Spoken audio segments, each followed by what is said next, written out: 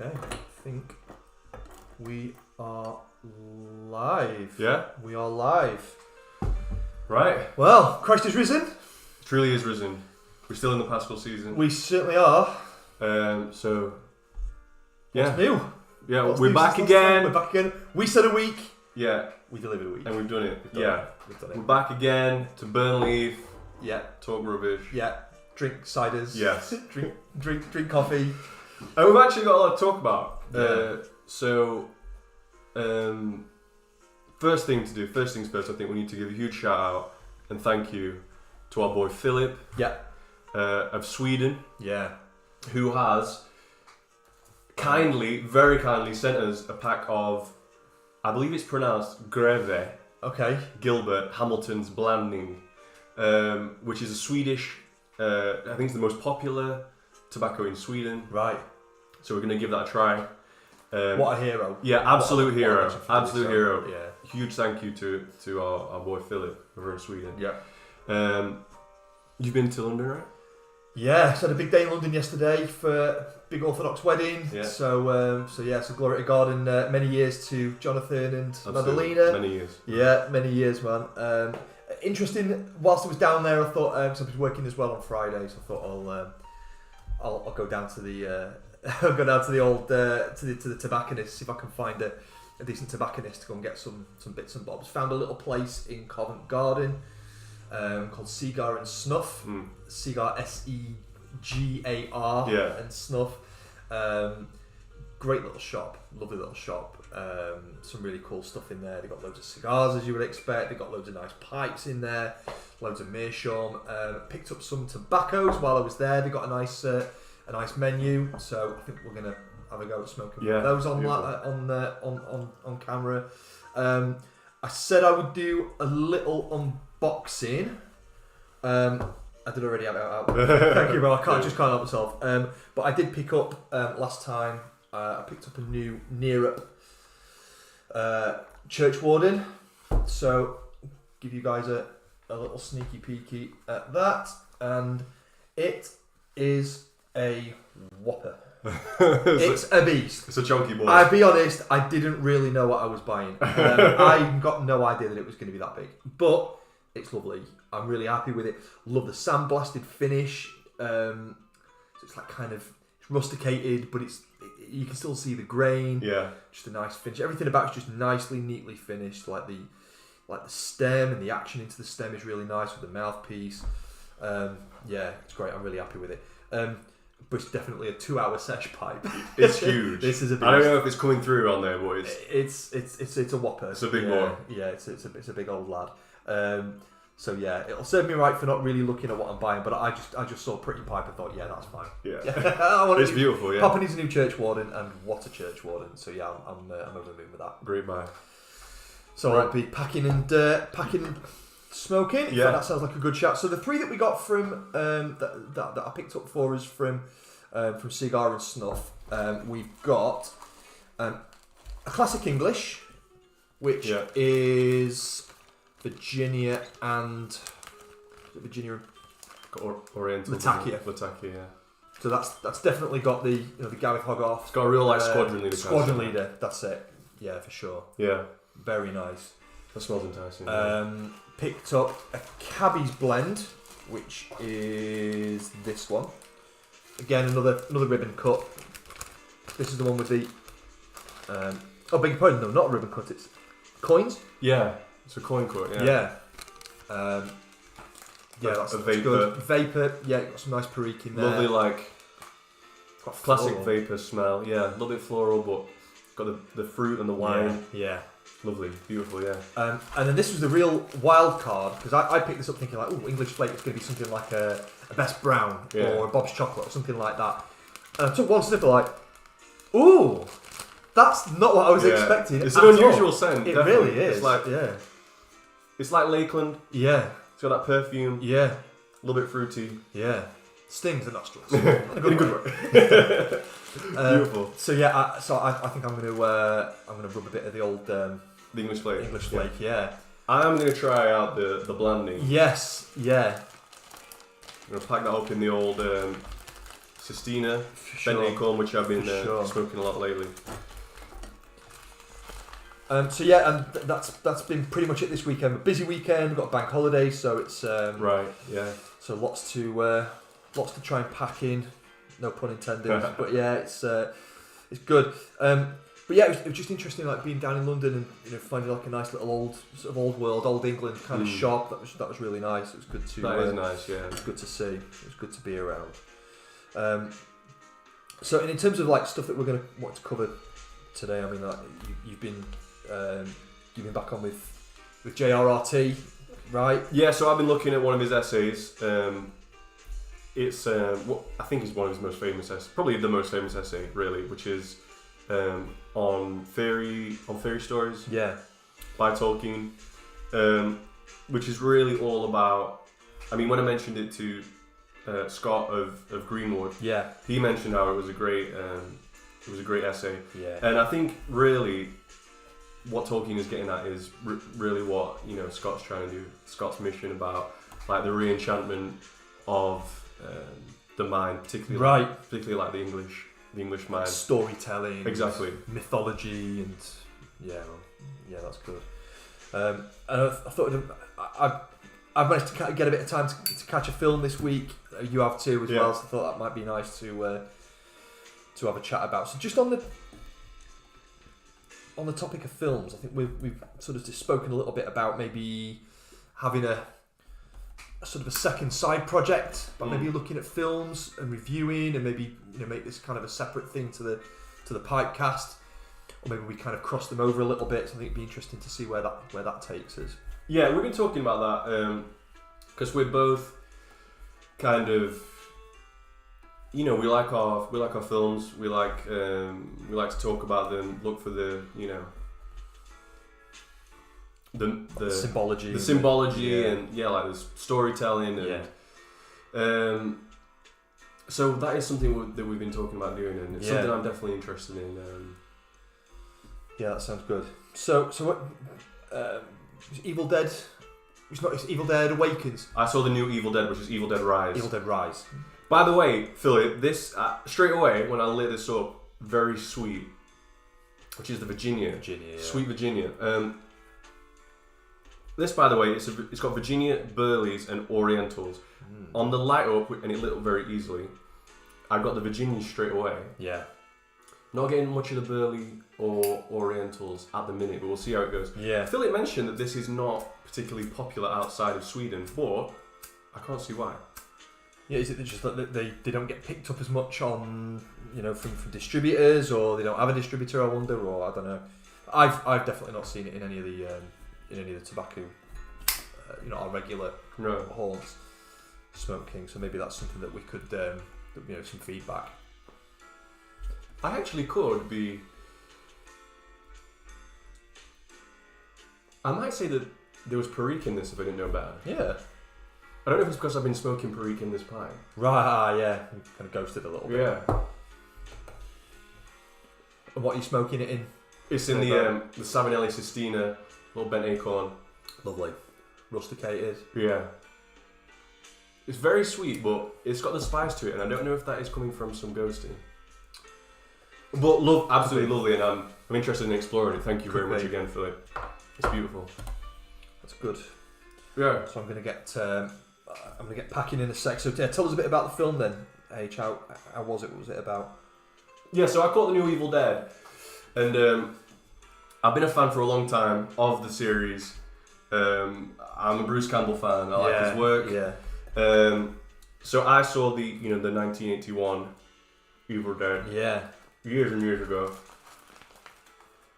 And I think Sam Raimi, when he was making that, he was trying to play the horror straight. Yeah. It was supposed to be scary, and it is. Yeah. It is in a lot of ways, but it's hard to look past the fact that because of the low budget, some things come off a little bit goofy. Yeah. But that's part of the charm of the film. Right.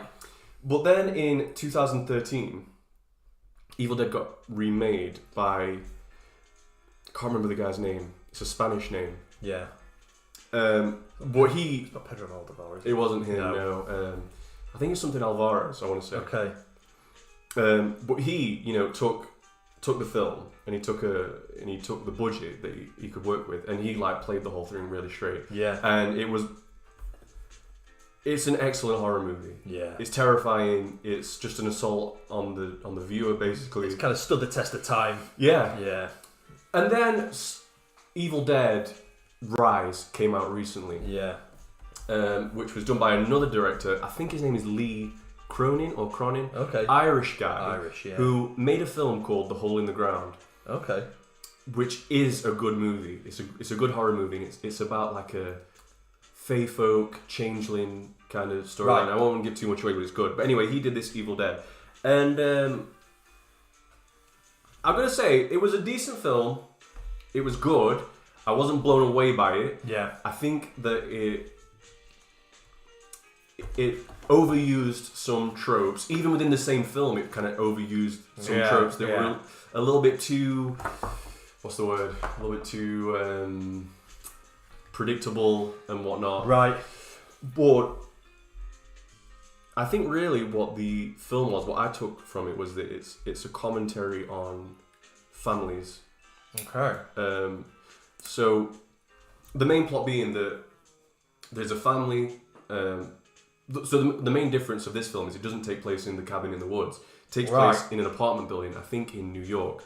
The whole film, except for the opening sequence, takes place within this building, mainly focusing on the apartment and the outside hallway.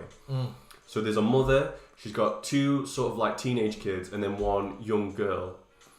And sort of the main character, the protagonist, is this mother's sister who comes to visit the family, and she's not seen them for a long, long time. She is like a roadie for bands, so she travels around a lot.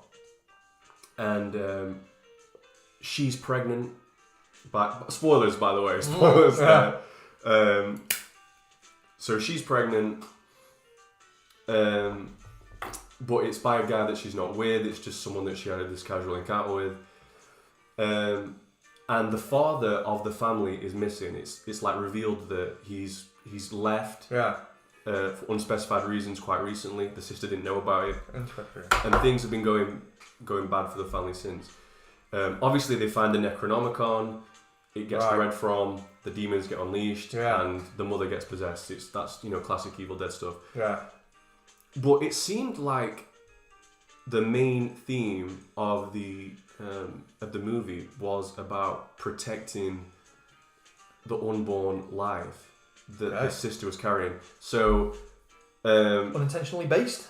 I think whether unintentionally or otherwise based. Yeah. So I don't want to use any words that might get us flagged. Yeah. It seemed like it was anti-abortion. Yeah. It seemed like it was like it seemed like that was the movie it was going for, because there's the part where the mother is possessed and she's like, I'm going to take your soul.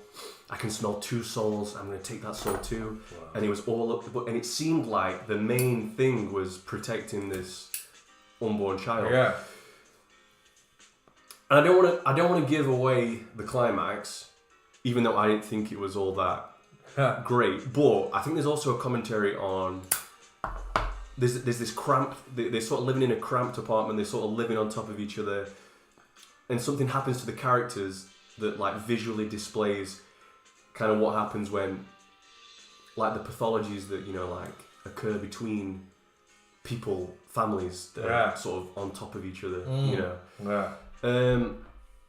But yeah, not the best horror movie, but entertaining, and seemed to have points. Yeah, seemed to have some cool messages. Yeah, at least I thought. Oh, that's good, man. Yeah, so I was interested in like the thing with the family, like the family aspect to it. So this week I watched Megan. It was a critical drinker. The drinker recommends. Did he recommend it? He did recommend it. So again, it's a horror, but it's like a short, sharp, punchy 90-minute run time. I quite like that. You have to be kind of creative and and punchy with the editing. You have to crack on. You can't just like faff around. You've got to get the plot running, get the plot devices in. it was good. It was good. It was really good in places. It's kind of a weird blend of, and it kind of got a bit of Evil Dead thing about it, like with like the humour. Right. You know, like really bleak black humour in it. But effectively, the premise for this is that there's a young girl. Her parents repose in a car crash, and she ends up becoming the ward of her auntie, her mum's sister, and reading between the lines, I don't think a mum and her mum's sister had a great deal sort of to do with each other. Like it wasn't like they'd had a fallout, but she was just like an out and out pure career girl, right? She's just completely driven by career, and she ends up becoming effectively like the guardian for this little girl. She's got no idea how to parent, yeah. You know, and everything about a house, the way it's set up, like there's nothing there that helps, you know, for sort of, you know, for kids. You know, there was toys there, but they were all boxed up, and she couldn't kind of play with them. It's like, oh, don't touch that. You know, it's a collector's edition. It's like, but it's there to play with. It's like, no, don't touch it. And so, long story short, she ends up she can't cope with parenting her, and because she works for a toy company, she decides to, or she was making a robot, like an AI doll that was like life size for like a 5-6 year old girl, and called Megan, which I can't remember. It's something Model 3 generative android or something like that, and effectively to learning. It's a machine learning AI robot, and over the course of like the next sort of few weeks and months, this robot just becomes the primary caregiver for this little girl. And one of the things being in as the role for a primary caregiver is to protect. Yeah. So this robot is seeing things which are making the little girl upset, even though it's like her auntie trying to tell her off for doing something wrong. She then starts to see the auntie as a threat, and then she just starts to go completely wild. I'll not do any more spoilers than that, but it was really interesting. And one of the things that I think it really did strike home for me about was this very modern thing of career-driven family members, and the seeding of the responsibility of parenting of kids to not just someone else, like in the sense of nannies or right, but something else. So is that like is the robot, is that like a proxy for technology? Because there's times when she's just on the iPad all the time. Right. It's like then she gets like this little toy doll, this little toy Furby type thing that you play with it through the iPad, so you're not really interacting with the toy, you're just kind of interacting with the pad. And there's like these kind of repeated sort of messages and warnings throughout the film of what can happen. Like if you're not raising your kids, what is raising your kids, and how much control have you got over that? So I think that's an interesting one, and interesting that those two themes have kind of been picked up, but from completely different angles. Yeah. And I'll give you an update on this smoke right here. Yeah, I was going to ask you. This is an absolutely delightful smoke. It's very sweet. If someone had put this in front of me and said, "This is a Lakeland," I'd be like, "Yeah, get it. It's lovely." It's got that real Lakeland, floral hit to it. Very easy smoke. I think it's got just a bit of warmth in there from the Virginia, but it's better. I think that it's in a church warden, a nice big bowl. But that's lovely. That's got citrusy and it's got floral hits. And very sweet. It's almost like it's cased. It's not cased, but it's almost like it's cased. Mate, do you know what? I've forgotten my tamper. Can I borrow your tamper? Go for it. Yeah. Go for it. But yeah, this is smoking very nicely too. Very sweet. Quite Virginia forward. You can see why it's popular. Yeah, absolutely. 1 or 2 on, but no comments yet. So get chatting away, guys. You've got some stuff that you want to share with us. Share away. Yeah. Don't be shy. Chip in. We're really, happy for this to be community driven. Right. That's really what this project is, So do you want to go tell us a bit about the essay then, the Tolkien essay? Yeah, so it was called On Fairy Stories, and like I said, it's kind of Tolkien is talking about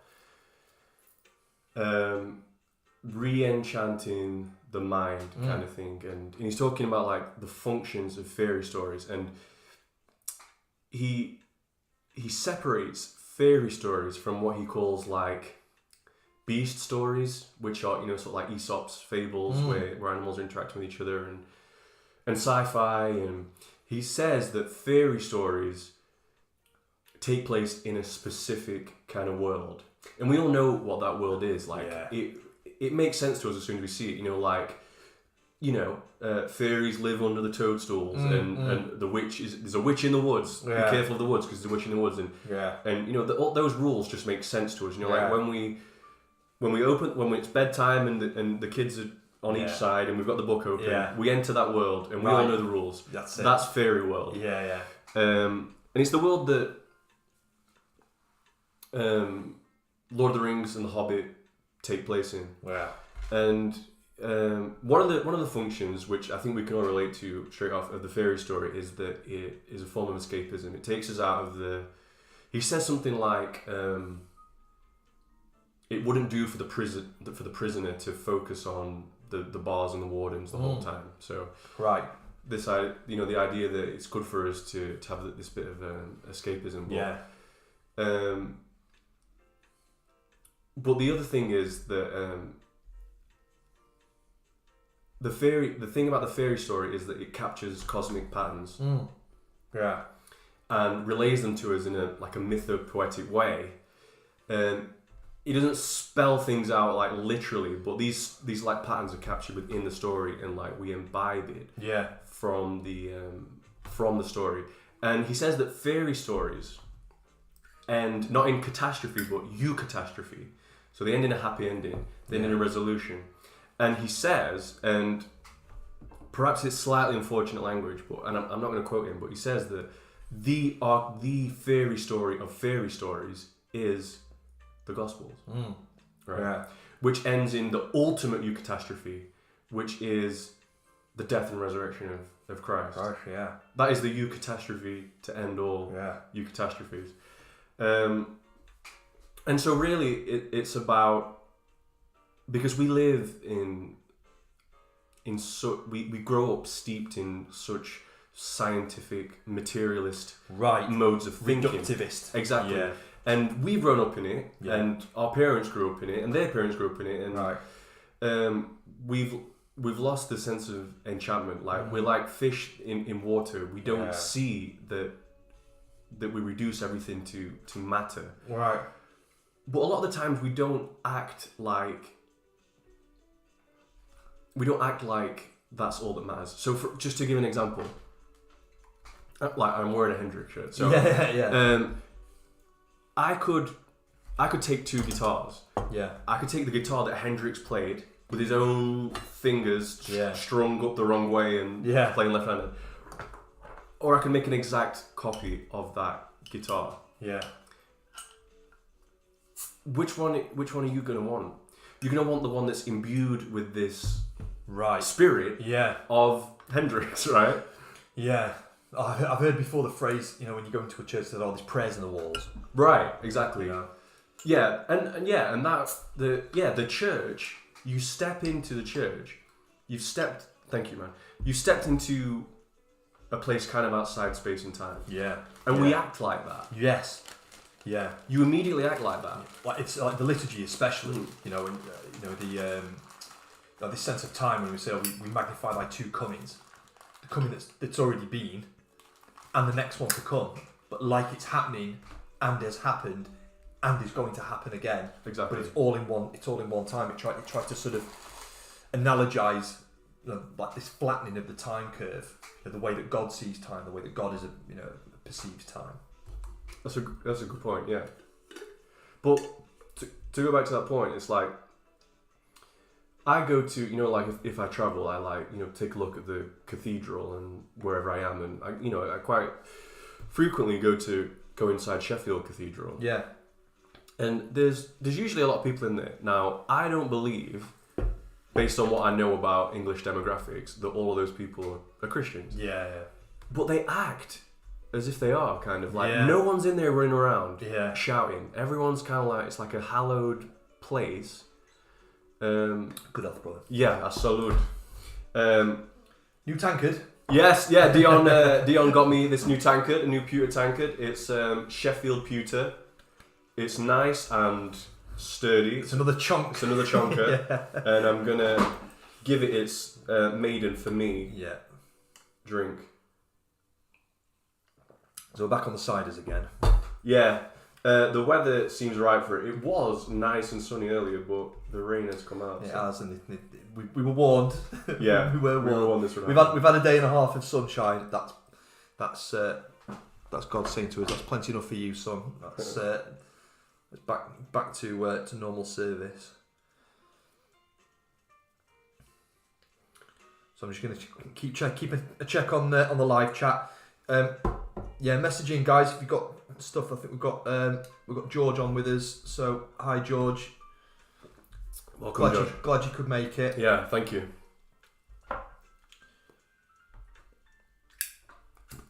Great to see you. And then in terms of the Tolkien essay and this thing about timing, people talk, it's described as timeless. People say it's a timeless story, or exactly. A tale older than time. You hear that described often. That and that's this thing about the fantasy. Yes, it's fantastical, but which element of it being fantastical? I think and the time aspect, I think plays a big part in that. Yeah. George says, any recommendations on a first Zippo? Do you have to use a pipe insert? Can you use a regular one as well? Well, Harry's got his in his hand, and I've got mine in my hand. Let's take a look. Yeah.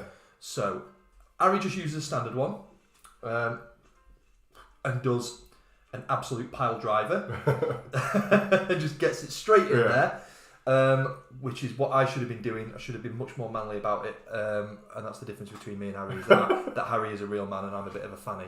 So, so it just goes straight in, light her up, and away you go. And the Zippo that I'm using is the pipe insert. So you'll see it's got a hollow middle, and the middle just sits horizontally over the bowl, roundy, across ourselves, and there we go. Yeah. So to answer the question, George, you can use a regular insert. Right. I will say that I can struggle to get the leaf charred with a regular insert, and I think that's where the pipe insert really shines. Yeah, is getting it lit, definitely. But I mean, what are the inserts? What are we talking about? Like 15 quid, maybe a little bit more. Yeah. So it's not a lot of money, and I'm guessing for guys stateside because they're made over there. Right. Exactly. Probably cheap. Pretty cheap. Yeah. Yeah. I mean, everyone when you watch movies and TV shows in America, no one is using a Bic. Everyone's got a Zippo. And yours is just a regular, vanilla. Yeah, it's just plain insert. Jane. It's just a regular kind of chrome casing, the regular insert. I've got I don't know if I've got it on me. I've got the blue one as well. Let me put a flame on the torch. I don't have it. Yeah, I got a butane torch for cigars. But they're really great, and where these really shine is when you're outdoors. Yeah. Because it's a windproof flame, or wind resistant at least. And because I was always a diehard match guy. Yeah. But I've spoken about this before. If there's a slight breeze and you're outside and you're trying to light, it's game over. And for us to want to have a smoke somewhere, most of the time it's going to be outside. Exactly. Generally speaking, it's outside. Yeah. So George is in Strasbourg. Nice. So that everything's expensive. Yeah. Man. I think everything's just expensive. Full stop. One thing I would say, they used to come up on Amazon that were pre-owned and had been refurbished, and I'm pretty sure that with anything Zippo, you can get it.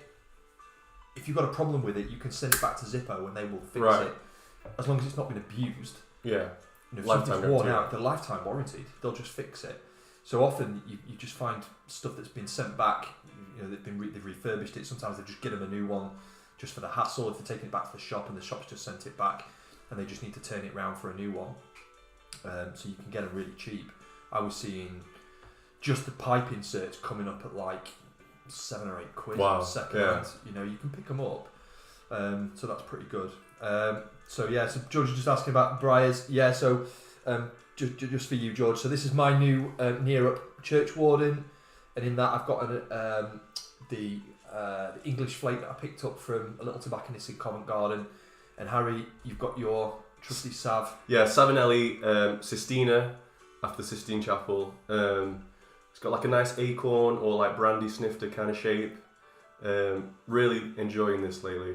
And I've said this before, but I got it for so cheap. I got it for £45. That's crazy. Yeah, and I've seen them for like 70, 80, 90 since buying it. So I'm going to reveal that I'm a brainlet here, but is Strasbourg Austria or Germany? It's France, but on the border. Oh, right. Yeah. Okay, so neither. Yeah. So it's right on the border. Right. Yeah. I didn't realise that tobacco was so expensive in France. I thought it was a little bit better than over here. I thought so too, but I guess it depends which one. I guess so. But you kind of got the tobacco culture over in France, which is quite nice. Like, Right. Just to be like you go to a tobacco and get a beer, like and either some cigs or a cigar or some pipe baccy, and you're smoking the Swedish. Yeah, I'm smoking blending. the Count Hamilton's blending. Yeah. Yeah. I'm going to be visiting France soon, and I'm hoping to get some Semois. Because as a fan of the Burley, I understand that it's like a certain unique kind of Burley that only is farmed in Belgium. It seems like we just don't get it over here, but in Europe you can get hold of it. So right. I'm really hoping to get hold of some when I'm in France. Maybe visit the capital. Maybe. Yeah. So maybe George, you can give us a steer on that. In terms of getting Semoir over in your place, because you're going soon, aren't you, to France for a bit of a vacay? Yeah, it's going to be in July, so I'm hoping to. I might get some hardware. George says he takes the tram to Germany. Oh right. So the tram. Wow. Yeah, that's pretty wild. But it is right on the border. Nice place. Yeah, my mum and dad went. It's been about 18 months ago. Loved it. Yeah, interesting place. The architecture's quite different to other parts of France. It's like you can kind of see the influence. Interesting. Yeah. So, George, are you like a French speaker or German speaker or both? Like, how does that work? Interesting. Yeah. Well, yeah, I'm gonna be in Normandy. Oh, there we go. Yeah, very nutty, Burley based. Caporal Rouge and Caporal Bleu. Ooh.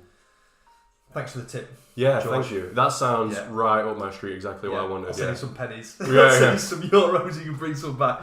That sounds good. Absolutely, I'll be stocking up for sure. Yeah, but I might even see if I can get a new piece while I'm over there. Oh yeah. Some nice French Briar. I do believe that the Briar originates in France. At least that's what Chacon says. Ah, okay. 10 minutes from Germany. Massive German influence. Yeah. Wow. Yeah, that's good. So there's one thing that I did want to have a chat with you about, H, and that was that. So we picked up the Navy rolls on the last cast. Yeah. And on the coins. Now, I've been looking at some of the twist blends, and there's a video that's on there about the pack, and the pack for coins that this guy uses, the method that he uses is effectively to just stuff in the coins one on top of the other. It leaves like a little kind of cupola that he then sticks some of the loose stuff over the top to get it going. I thought that was a really different, interesting way of packing it. I've never packed a pipe like that. I wonder what your thoughts were on it, and how, if you've ever had a go at some of those other sort of flake and coin methods. Yeah, just stuffing. I was saying earlier, the Cabbage, Samuel Goward's Cabbage mixture, I believe that like it is spun into a rope, but it's not sold in a rope. It's sold in. You open the tin and it's like 50% kind of like ribbon cut, quite loose, and then it's about 50% of these coins. And what I used to do is, because I've said this before and I've made a video on it. When I think about packing a pipe, what I want is sort of like looser towards the bottom and more densely packed towards the top. And then as you tamp, you kind of tamp in from the side rather than straight down. Yeah. So every time you tamp, you recreate like a dense top, right, and keeping the bottom fairly loose. So what I used to do when I had the Cabbage mixture, so it keeps the airflow. Exactly, right. keeps the airflow, but it keeps a thicker top so that the smoke isn't too hot because there's not too much air between the tobacco, because you want to keep that flame just alive to the point that it burns the leaf, but not your mouth, basically. Yeah.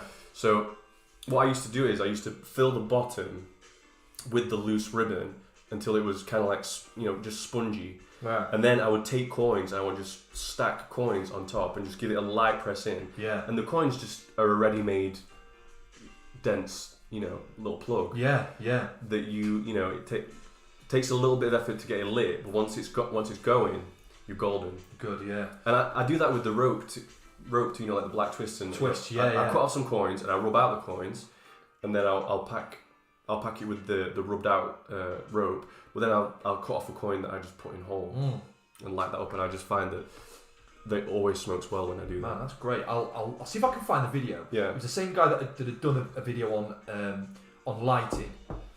Per Georg Jonsson or something like that. I'll dig it out and I'll pin it in the comments. But yeah, it was quite an interesting one because it talks about, so it goes into a bit about how the spun is made anyway. So it shows you how they layer it, and they use maple syrup to glue it. Yeah. Beautiful. And then you've got all the wrappers and the binders, just like you have with cigars. And I said to you before when I picked rope up, I was like, oh, that smells like a cigar. It does. Yeah, because it's wrapped, it's bound. You've got a binder in there. What do they call it? Like a wrapper, right? You've got a wrapper in there that they wrap it with a leaf. So it's just interesting to see how they cut it and store it and shred it and then or slice it up. Yeah. But yeah, it was an interesting video. Not a method that I've ever used before, so maybe that's the move next. Something to try, definitely. Yeah. So George says his parents are British, but grew up in France, southwest part. So he moved to Strasbourg for studies and lived in France for 20 years. Wow, okay. And the Caporal Rouge and Caporal Bleu, traditional French tobacco, what we call tabac de troupe. I'm sorry if I've absolutely butchered that. What is that like? Soldier? Yeah, it is good. Yeah. Check out Harry with the Norman influence. Look, so the blend that were given to French troops, during World War I. Imagine that. State-sponsored tobacco. yes. Literally the opposite of what we've got. Yes. All about that. Thank you. That's very amazing. Much. That's some great local knowledge. And I wonder if that's where the squadron leader thing comes from. Was that the blend of choice? For the pilots, for the Sir Douglases and or the fighter aces. Interesting. And was it you that was telling me, Harry, about the Scottish mixtures, and they had a little bit of, was it Parikh? Yeah. So basically,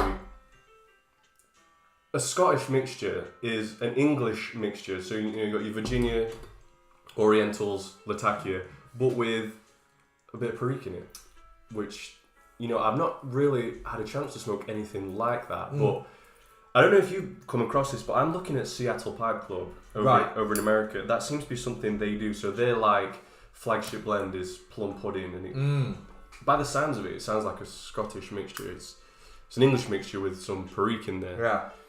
Yeah. They do a blend called Virginia Jazz as well, which is a bit more of a straight vapor. So I'd like to get my hands on some of that in the future. Superb. Definitely, yeah.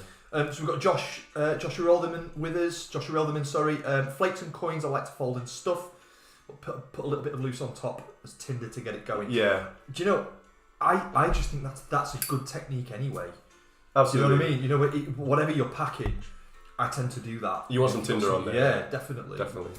And Josh says Semois Green, Semois Bouchon, Saint Claude, another tobacco that includes a little cigar leaf. Ooh. But French tobacco flavour. Man, I think we need a road trip. Oh, mate, definitely. So we've got our local Orthodox community, of which we're both a part. Our Father Deacon who heads it up, he's been ordained in May, and I've got a trip over to France, to Paris, to Rue de Rue, to go and take part in the service. So I may well try and see if I can see if I can crowbar in a little visit to a little Parisian tobacconist and see if I can pick some up as well. Yeah. That sounds great. I'm really hoping to. I've got just under 3 months really to kind of like get some conversational French, so that I'm not like a complete. Man, Michel Thomas. You asked me before about Michel Thomas. I was all over that. Yeah, I might try that. Yeah, I thought it was a good method. Kind of gets you talking. So I did it to start with on Russian, and it wasn't a magic bullet, but it got me thinking and understanding about Russian grammar and about Russian cases and about the way that it works. And it took me a decent way. So my first trip to Moscow, that was all I got under my belt at that time was the Michel Thomas course, and it was pretty good. Yeah. I swear by it. I'll say the only other language that I'm really kind of in any way proficient in is Spanish, and I'm not even that proficient in that. But I will say, like, to go back to the point of being like kind of like your film kind of, hate to use the word, but nerd. I would, like, as a kid, I would connoisseur, yeah. Average film enjoyer. Yeah. I would stay up late to watch film 4, and they would always like at kind of like 1 o'clock in the morning they would put on a foreign film, and quite often they were Spanish or South American, and I just watched tons of those, and I just kind of picked up some Spanish that way, and then I ended up going to Menorca a lot, which is a Spanish island, and because my sister, her partner at the time, was from there, and I just got on quite well. I just think I do believe that Spanish is probably the most easy language for an English It's speaker. quite a nice language to try and pick up in it. I picked a few words up before the Havana trip. Again, it was a Michel Thomas course. Yeah. And again, it was good. It just kind of gets you thinking and trying to formulate this, because that again with suffixes. Yeah. Like puedo, puede, puedes. The sort of the grammar structure, but does it in a much more sort of practical and hands-on way. Yeah. And films is an interesting one, because when I was going through, when I did kind of get to a point where like, I really need some help with this grammar. Russian grammar is it's wild. Yeah. And it's just rules, and I needed some help. Got a teacher, and the first thing my teacher was saying to me was, you need to get some films. Right. It's fine to have the subtitles if that's what it needs. If that's what you need, if you need some subtitles on to help you, great. It's better if you don't. If you have a little bit of a go at it, and you can always kind of, if you're not sure what's going on, rewind it. Put it back on, put the subtitles on. I thought that was really good advice, and you are much more immersed in the language. You're kind of in the behavioural. You're seeing the effects of what those words have on somebody, so you can kind of get context from it a little bit. So I think films is a good shout out. George says, if you're going to Paris soon, suggest La Pipe du Nord. Okay. Massive, well-known Parisian tobacconists. Definitely go there, lads. Pipe of the North. Pipe of the North. For the North, all about that. Yeah. But something you just said there, it made me think of another topic that we might have spoken about, which was Blood Meridian. Not yet. But you can red pill me on it. Right, yeah. So that's what I was going to say is when I read Blood Meridian, there's quite a bit of Spanish in it, and I found that not having any real formal education in Spanish, I could read a lot of it. It's different when you're listening to a conversation. Obviously, like, it sounds much quicker when people speak, and it's a little bit harder to pick up on stuff. Yeah. But when I was reading the Spanish, get on quite well with it. So it's another Comet. It's Comet McCarthy. Comet McCarthy. It's probably, I don't know if it's his most famous novel. I think when people hear Comet McCarthy, if they know about him, they think of No Country for Old Men. Right. And The Road. Viggo Mortensen. But Blood Meridian, probably by people who know him, I would say it's probably his most popular. It's his most well read novel. Yeah.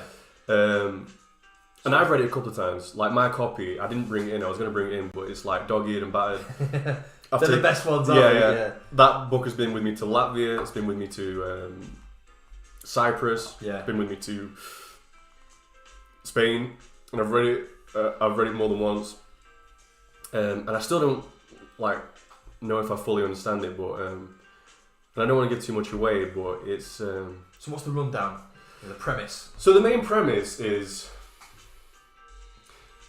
it's about this main character who is a young lad. He's probably about 19 or 20. Yeah. He's just referred to as the kid. He's not given a name, and he runs away from home at the beginning of the story.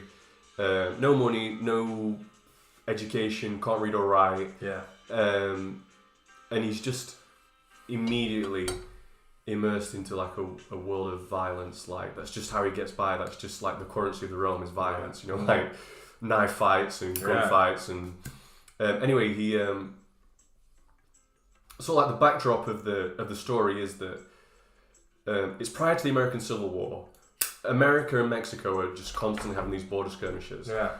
But caught in the crossfire of these border skirmishes is the Apaches, who just are out for blood on both sides, Mexicans and Americans.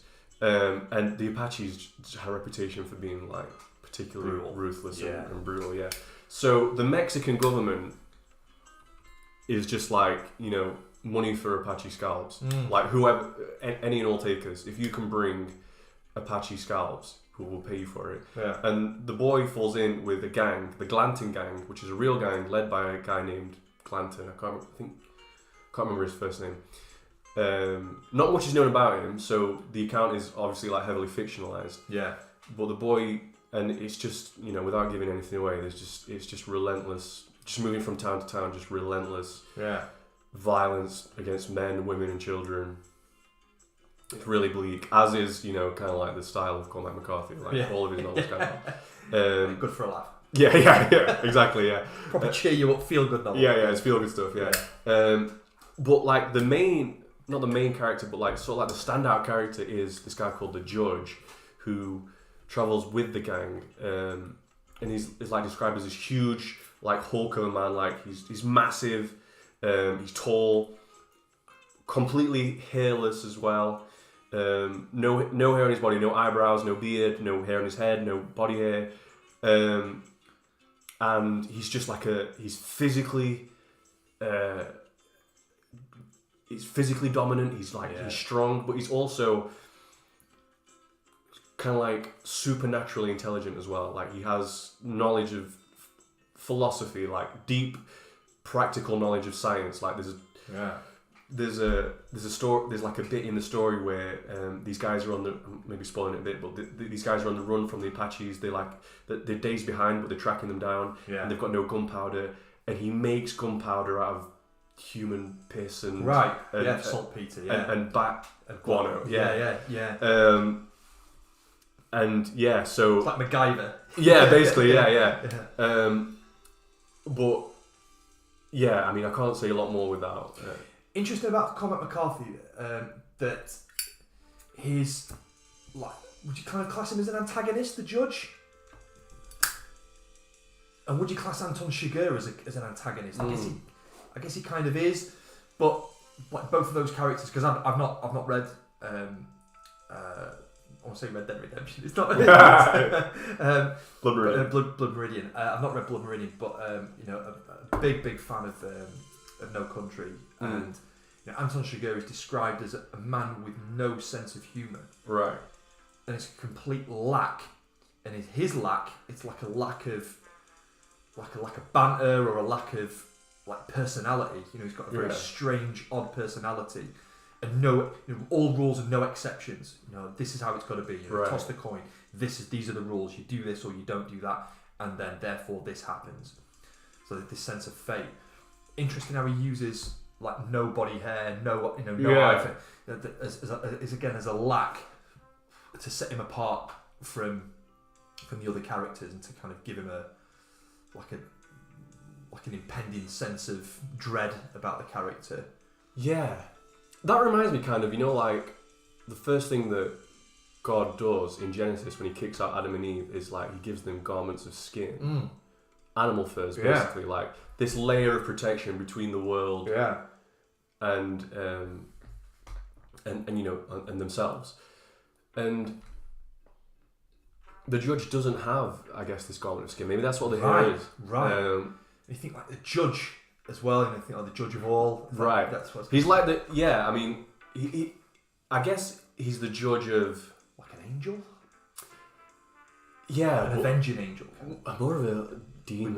Demonic. Yeah. But he maybe because like the garments of skin are obviously a layer of protection. Yeah. But he's apparently not in need of this protection. He's got complete mastery of the physical world. Right. Because he can physically force his will, and he's got the intellect to do it as well. Yeah. So yeah, but in terms of like how he is a judge, maybe he's like a judge of existence because he's a completely amoral character. Like right. the stuff that he does, like killing puppies and PEDO stuff as well. Yeah, yeah. He's a PDF file. So yeah. Right. So there's a lot of he's a just completely amoral character. I mean, in some ways similar to Sugar. Kind of. Yeah. Yeah, that's interesting. Yeah, I have to check it out. Yeah, but I was reading an essay on it earlier, and it was it's a common thing among like fans of the novel that required reading to read Blood Meridian is Moby Dick, Paradise Lost, and the Bible. Okay. And you can see like Comet McCarthy. I'm not certain. I think he's probably had a Catholic upbringing. Yeah. His name is Irish. Yeah. And you can see that he's at least well versed in the Bible and biblical literature. And people say that like the novel actually kind of reads like the Bible in these like short kind of sentences, short concise sentences that convey a lot in a short amount, which is hidden depth. Exactly, which is exactly what like the Bible does. Yeah. But I was reading this essay and it was comparing the like Gnostic influence on Moby Dick and Blood Meridian and how they sort of related to each other. And I've read Moby Dick and I've read Blood Meridian and I never picked up on any kind of link between the two. Yeah. But I'm gonna finish off this essay and I'm gonna see like I'm gonna look into it again. Yeah. Yeah, that sounds good. I think I'm ready for some new reads. So Pascha kicking in now. So I've got through Lent, got all through the big readings. So yeah, it'd be good. So I picked up some old 40k novels. So Ian Watson, he was kind of responsible for some of the early 40k books, and that was all about the Inquisition. And the Inquisition's like speaking of moral characters, they act on they're only accountable to the emperor, but the emperor is effectively a corpse god. His physical body is strapped and hooked up to this chair, the Golden Throne. Right. And his body is effectively rotting, and his psyche is his power, if you like, is being fed by human psychers that are sacrificed 1,000 a day, right, to kind of keep his psychic being alive within the Imperium, within the warp. And so you've got this massive behemoth entity, the Inquisition, that are going through and like split up into ordos, and you get some that are sort of looking at heretics, you get some that are looking at demon incursion, you get some that are looking at Xenos, at sort of alien influence. And then you've got like all these little sub-factions within that. And they're acting under pretty much their own authority. Nobody else can judge an inquisitor other than another inquisitor. So you end up with like these little skirmishes and these little wars between them. Again, I've got to start it yet. I've read one of Ian Watson's first books, which was the first Space Marine book, and which is great. And what's interesting about it was that there's like this heavy monastic influence. Space Marines are set up in chapters. Right. They have prayer routines. They have prayer rules. They have reliquaries. They have everything is set like there's loads of skulls everywhere in 40k. Everything about skulls. They have ossuaries. They have they scrimshaw bones and skulls with titles and heraldry. they sense everything with incense. Even the AI around the 40k universe, they describe them as machine spirits. Right. So everything's sort of built in around this concept of faith as being like the central pillar around the 40k universe, and it's interesting, and especially from from like a science fiction point of view, that's quite unusual, I think, to have any kind of you compare that with a Star Trek, which is very much about it's very atheistic, it's very it's very blue pill. Yeah. It's communism in space. We're not going after money anymore, guys. Everybody loves each other. It's like, we're not warship. We're not warship. We're not shooting anybody. It's like, we're here for science. Yeah, this is for science. It's like fire the guns up. Just pay tribute to the Federation. Right. So to have something that's like the pretty much the complete antithesis of that, which is strong sense of hierarchy, faith in the God Emperor, practicing ascesis within like the highest echelons of what humanity has become, in these genetically engineered space marines. I just find that it's unique. You don't see it in any other kind of literature, like sci-fi. Yeah. So, it's not like we're not talking about Crime and Punishment, or this isn't sort of highbrow stuff, but there's some really interesting concepts in there. I think a lot of it there's some huge religious connotations in there. There's a lot of there's a lot of heavy influence, and it's English, quintessentially English. It's all based all the writers from Nottingham. Yeah, I didn't know that. Did call me? Yeah. I think a lot of sci-fi is like based on like a kind of transhumanist idea that we're gonna outgrow religion, bros, and we're gonna travel the stars, bro, and which is what he tried to do in the first place. Right. So the first thing that the Emperor tried to do was to pretty much eradicate any other type of religion, and would not see himself as a god, and wouldn't have anybody worship him as a god.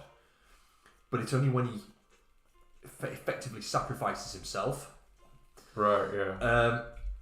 And there's a cult that grows up that starts to see the Emperor as effectively as God incarnate.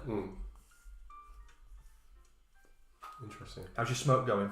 Yeah, I'm about at the bottom. I've got to say I've really enjoyed it. It's just a nice natural tobacco flavour.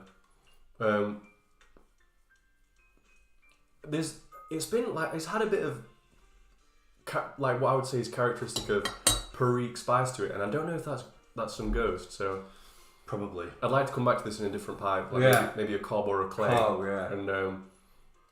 and just see what it's like again. Yeah. But I have enjoyed it, Philip. So thank you very much, dude. It's been great. What about yours, man? How's it going? Really good. I'm not even halfway through this bottle. It's so huge. Yeah. But great. Very, very easy smoke. Very, very, very easy. No bite at all. Excellent. And what was in it? Was it some burley in it as well as the Virginias? Yeah. No, I think Virginia burley, and it's just like a heavy topping. But I mean, I love a Lakeland topping. Yeah. But it's very much. I think this is their crack at a Lakeland top. Yeah. Flake, English flake, but it's lovely. I found that topping can like play differently in different pipes.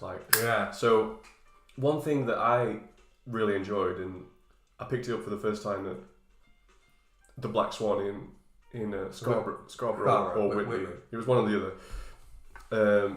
And I loved it in a cob. Like it's like smoking like dark chocolate or something. Yeah. When I put it in Briar, it just seemed like a soapiness came through, which I don't know, kind of like it was just a bit overpowering. Too much. Yeah. One that I think is great is the Coniston Cup Plug. Oh man, that's great song. And I mean the unscented Coniston Cup Plug is like this surely must be scented. Yeah. I haven't tried the scented, but yeah, I mean it's for me it's like Fry's Turkish delight. Yeah, You know what I mean? Like the chocolate and the sort of like floral rose geranium kind of scent. So I picked up last time on your recommendation, but I say recommendation, you were smoking it and it smelled amazing. Second hand, it was the room note from the Louisiana Flake. And I sent you a message when I packed the first bowl, like, this is a new favourite. Yeah. This is an amazing smoke. Like, this is like smoking a bar of dairy milk. And you're like, yeah, but it's like there's nuts and fruit. It's like, oh yeah, this is like smoking a bar of fruit and nut. Yeah. So good. It's sweet, very, very tasty, really easy. The burleys are great in it. Yeah. I don't think there's burley. Well, sorry, no, it's Parikh. Parikh, Yeah. sorry. I would always say if someone was looking to get into Parikh and they were unsure about, spending a lot of money on some Parikh, go with the Louisiana Flake. Yeah. Because it's not too heavy on the Parikh, but you can get a sense of how it tastes. Yeah. And it's got the chocolate topping, which is very similar to the Bob's chocolate flake topping. Yeah. For me personally, I would say smoking Bob's chocolate is like smoking milk chocolate, and smoking Louisiana Flake is like smoking chocolate raisins with a little bit of pepper and spice in there. Yeah, just a little bit.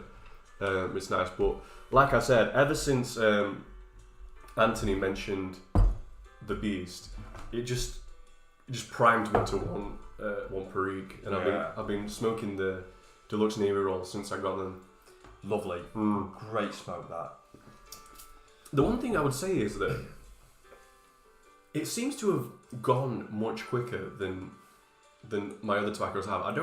It says it's a 50-gram tin, but you could have convinced me it was like 30 grams or something. You give me a few coins, didn't you? Yeah. But like you were saying, the 3Ps, it comes in the brick, in the plug, and it looks like nothing, but you shave off a couple of slices and you rub it out, and there's actually plenty, and it seems to last forever. Now when I open the Deluxe Navy Rolls, and it comes in those big coins, it like takes 2 coins to fill a pipe, and it just seems like it goes really quickly. I don't know. Yeah, that's funny. I mean, and I'm probably two-thirds into that tin, and I've probably had a bowl like almost every day of 3Ps, and I've really, really smashed it. And it's a great smoke. It's because of how dense it is. You only got to cut maybe 3 flakes, 4 quite thin flakes, and you're rubbing that, and it's just rubbing and rubbing and rubbing. It's like where's this all gonna go? You packed what you think is gonna. You've got enough for what you think is gonna pack a fairly decent bowl, fairly decent chamber, and you've still got some left over. It's really well packed in. Yeah, it's really dense, and because of that, it travels well. So exactly. If you take it out and about, you want to go, stick it in the tin. You don't want it to dry out. Man, that's not going to dry out. It's a good traveller. Right. I'm sorry to have to do this on a live stream, but I have to take a little toilet break. Why don't you tell us about the wedding and young Samwise as well? Oh, that's a great shout. Yeah, no problem. So what's interesting about the method in which we smoke a pipe, because I think pretty much most of us who've started off smoking a pipe have gone through this at one time or another, especially at the start, which is all about the method. We pick it up and we start lighting away, and then we're drawing really heavy on it to get it to go. One of my big things is like, I don't want it going out. I've got to keep it going. And it was only really when I started looking at some of the other videos, looking at other guys who, rather than like drawing on it, sucking hard through the pipe, that there was the Mutton Chop Piper and his video on the breath method. And the breath method was great. That you can clench, just breathe in and out through your nose, and then every so often, you put a bit back through the pipe stem, and it's just much cooler. You're not drawing as heavy. It's slower. You're slowing everything right down. So Johnny, who got married yesterday, we picked him a pipe up. We picked him a cob up. Tried to get him interested in pipe smoking. Couldn't really take to it. But his youngest, his lad Sam, was really into it. I'd really love to get Sam on the cast at some point. I think we will make good on that. But Sam was saying, I'm really struggling. Struggling with tongue bite, really bad tongue bite. Yeah. And I said to him, well, look, how are you doing? But you picked up on it when you said about the pack. He said, you could hear that it was really loose. I was like, his pack's not good. So I had a chat with him. Like, listen, you need to pack it a bit tighter.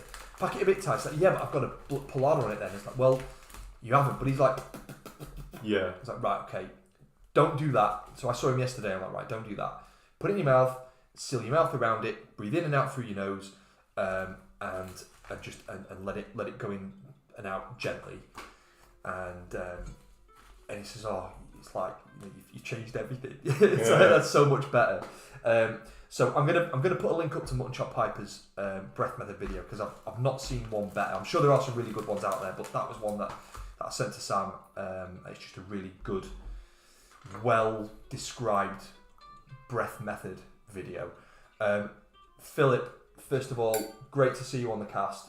Thanks for joining on. Yeah. And Harry, tell us all about the smoke. Yeah, Phil. So thank you for joining in, man, and thank you again for sending the Hamiltons. I've really enjoyed it. I was just saying, I've just finished a bowl in this briar. When I lit it up straight away, sweet. It was lovely and sweet, honey sweet. But I was getting some spice that reminded me of Parikh. Now, I have been smoking deluxe Navy rolls in this, so I've brought in the clay pipe for the clean taste, and I've just packed a quarter bowl, and I'm going to give it another little light up just to see if Parikh was ghosting my pipe, and give it another little. This takes me back to my first days. Yeah. No, it's still there. So there is a pleasant spice to this. Yeah. That must be Orientals. Must be. Yeah. I don't get a lot of burley in it. I believe there is burley in it.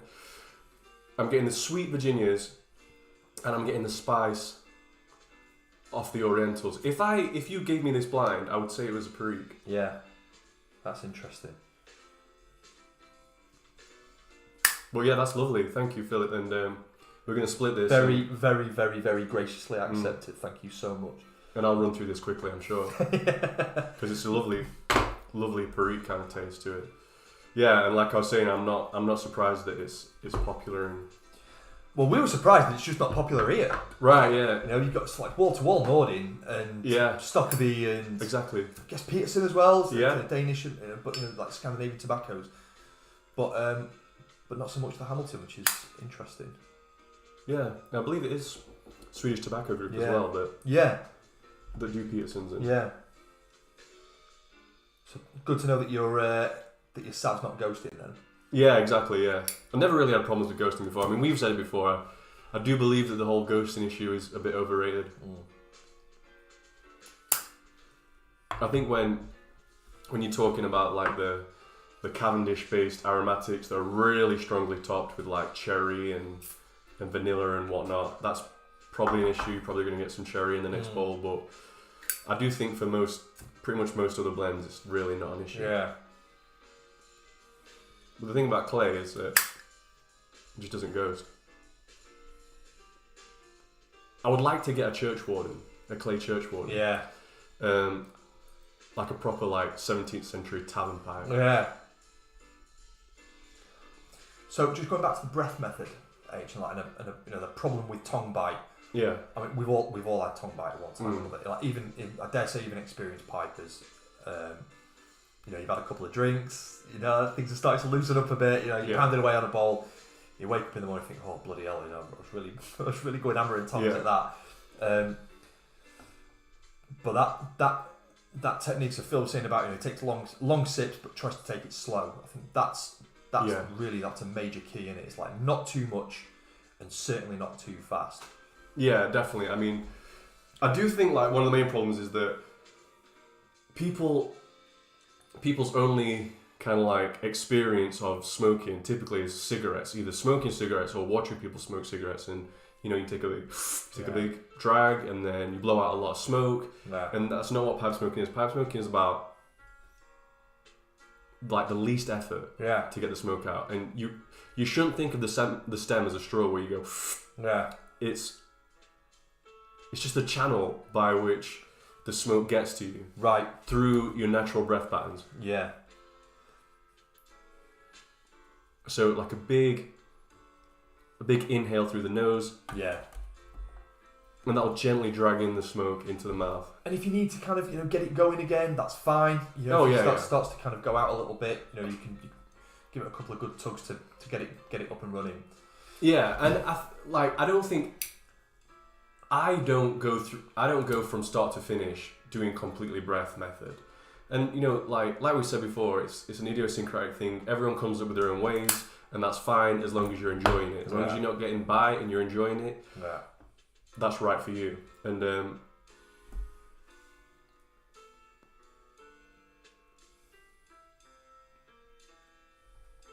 yeah, this is really nice.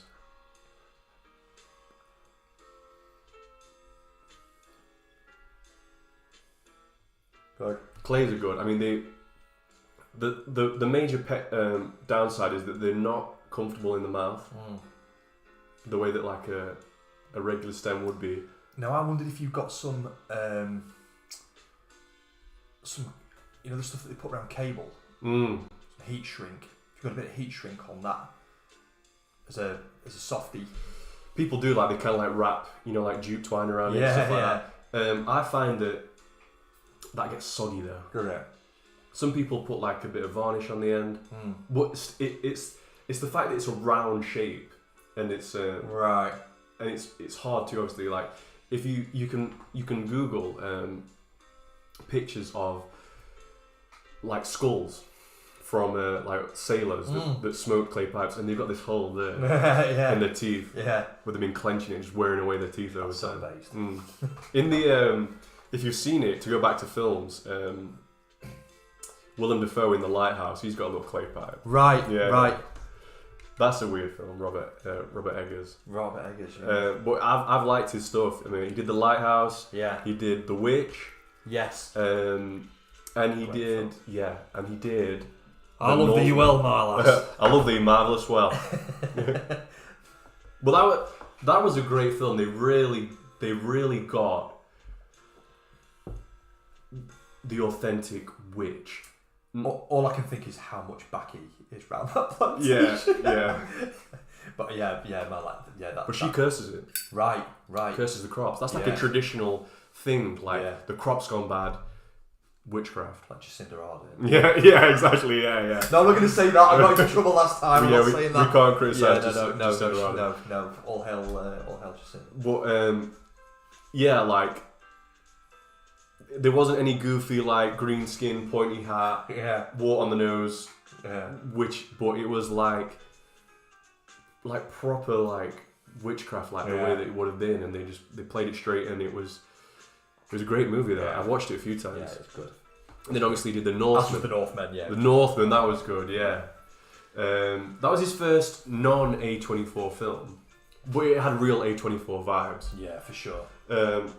But that was a great film. Yeah. Obviously, it was like the tale of Hamlet. Hamlet, yeah. He was called Amleth. Amleth, yeah. And I think that does come from like a traditional German, like, folktale or something. Yeah. I'm not too sure, but like Prince of Denmark. Exactly. Yeah. And his father's throne is usurped by his uncle, his father's brother. And it comes to Gabriel Byrne. Was it Gabriel Byrne? No, it wasn't Gabriel Byrne. No. It was some Danish dude. That was in Vikings. Sorry. Oh right. Yeah. Yeah, I can't remember the dad was that. But yeah. The dad was Ethan Hawke. Ethan Hawke. Yeah. Well, he's not in it for very long. That's right. Willem Dafoe's in it as the jester shaman. That's right. Yeah. Bjork is the priestess. Yeah, she's a Kievan priestess. Yeah, seer. That's right. She wasn't in it very long either, but it was really. There was one bit in particular because, like, you see Scars when he's out and he's like catching stuff and like throwing spears and like just smashing stuff, literally going berserk, like berserker. That's just tearing this village down, absolutely terrorizing this village. Like monsters, like in the shape of his life, like cut, massive, stacked, ripped.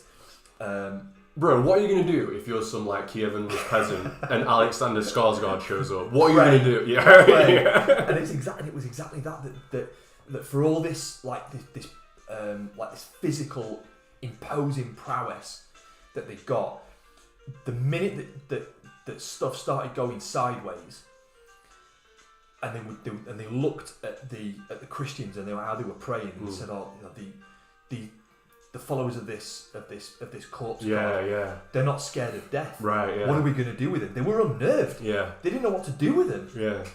They worship a corpse on a tree. Yeah. Man, I thought that was really cleverly done. Yeah. And he brands himself as a Christian.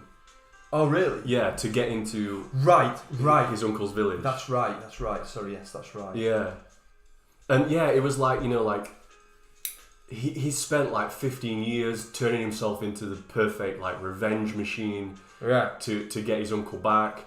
And then it turns out that his uncle is just running like this sheep farm in Iceland, you know what I mean? Like, right. For all the usurping, he's not this like glorious king or anything. Nah. And his mum, your dad was basically an arsehole. Yeah, really like this guy. Never loved him like this guy. But yeah, so where's Skeletor when you need him? Well, good film, and it ends in this kind of like Harrowing of Hades kind of scene where like the hero coming into his kingdom. Yeah. They're fighting in front of an erupting volcano. And so it's like a kind of harrowing from Hades scene, and like the final shot, spoilers, is that he's his line has continued through any tale of joy. Yeah, exactly. Which is every man. It's easy. We've all done it, lads, haven't we? Tripped up. Continued our line through ATJ. We've all done it. And there's a little mushroom trip. Where she spikes the stew with Amanita muscaria, and that was a good scene. Everyone's kind of tripping out, and he uses that, just terrorizing that village. Yeah, right. Good film. Great film. How did we get onto that? I don't know, but another film reference. So maybe that's another good indication that maybe this is the direction that we take now. Yeah. So,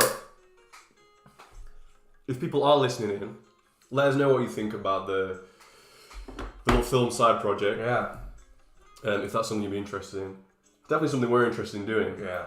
We end up talking about it a lot, like off camera. Like, I think from our point of view, like we were talking about it earlier, that it's kind of like the modern storytelling. It's effectively, it's us, when we go to the cinema, we still go to the cinema occasionally. Like sit down and a story is told to you. Yeah. It's like it's the grown-up version of being sat down by your mum and dad at bedtime and told a story, right? So you kind of you're in a warm, comfortable space, and you just kind of a captive audience, and you're watching or listening, and so this concept of of the modern storytelling, I think cinema is just a really good way of getting these sort of concepts and imagery and symbology over. That you've got all these different sort of facets of filmmaking, like sound design, very powerful, and you don't pick up on it consciously, but subconsciously you do. So I think there's an awful lot in there where like these little interesting concepts come in, and you're able to sort of draw parallels and interpretations through. I think there's lots to talk about with that. Yeah, definitely. And like, I do enjoy the cinema experience. Like, I do like to be in that like dark room, and everyone's coming to watch the story. And like you said, that would have been like, even in like historic times, that would have been like sat around the fire, right? While the elder. Yeah, exactly. Yeah. The elder tells a story. Yeah. And like there is like an argument that whenever we talk, we're like telling stories. The way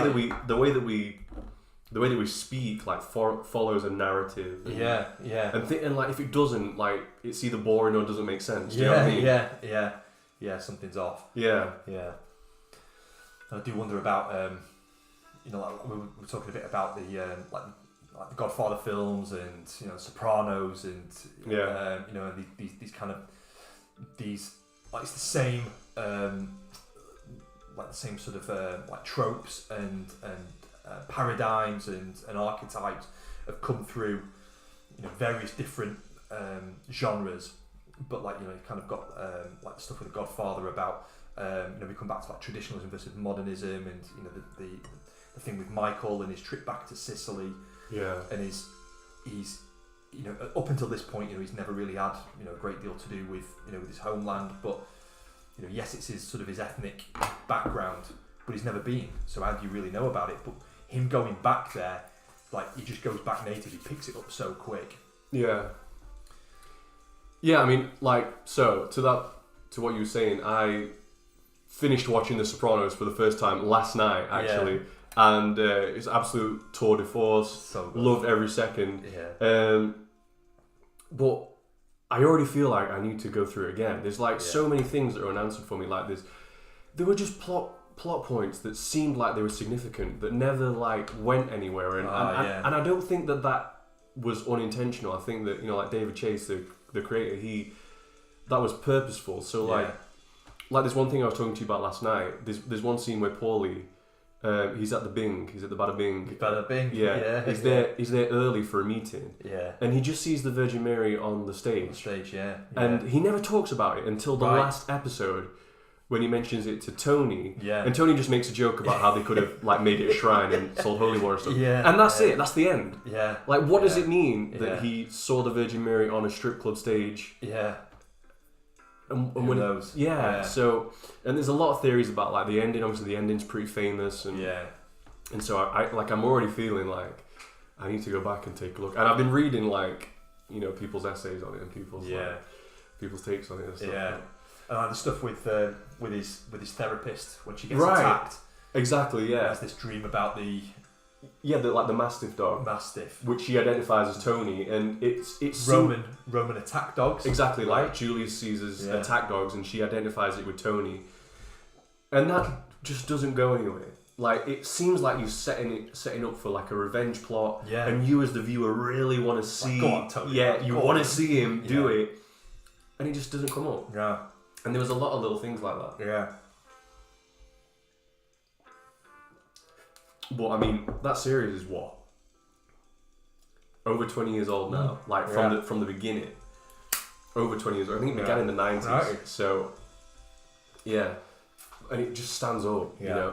And having now seen The Sopranos and looking at more recent TV series that have come out, just the influence is like undeniable. You can see the like heavy influence from The Sopranos. And I was too young at the time to have watched it when it came out, but I understand that like it was just a phenomenon at the time when it was coming out. But yeah, I'm already thinking that I need to give it a watch it again. Yeah. Well, it'll do me good because I need to watch it. I need to call all of series 1 and half of series 2. So maybe we could do that and do a recap. Yeah, we could do like a series by series kind of like recap. Yeah. Do you mind if I try the cabbage, bro? Go for it. Yeah, I'm gonna try the vapor, and I'm gonna give it like a little comparison to Samuel Gareth. Yeah. So yeah, this is in appearance is very much like the Samuel Gareth cabbage mixture. So it's got that loose ribbon mixed in with the coins. Yeah. So I'm gonna try that method that you mentioned. Yeah, good shout. Good to see how that goes. Yeah. Like just the stuff. Yeah, just stack those. Fill the bottom with some loose stuff, and just stack those coins on top. Yeah. Yeah. So, in other news related to the cast, we're still talking to Anthony from Bourbon Neophyte, and we're trying to set something up. We're both really eager to. All three of us are really eager to get something going. Yeah. Caught his cast with Flat Cat Piper, right, which we were on last time, and that was great. And I'm almost sure, just going on a sidetrack for a second, just put me right if you're watching in Flat Cat, because I'm sure that you did a video on Blakemar pipes, which is a fairly local to us pipe manufacturer, Mike Billingham at Blakemore. So it'd be good to kind of have a catch up on that because I've got a couple of Blakemore pipes and I love them. So, just to address a sin that I've just committed, on like smoking a pipe straight after you've already finished a smoke. What do you make of that? Man, if it was good enough for Tolkien. Yeah. That boy was never without a pipe in his mouth. Yeah, so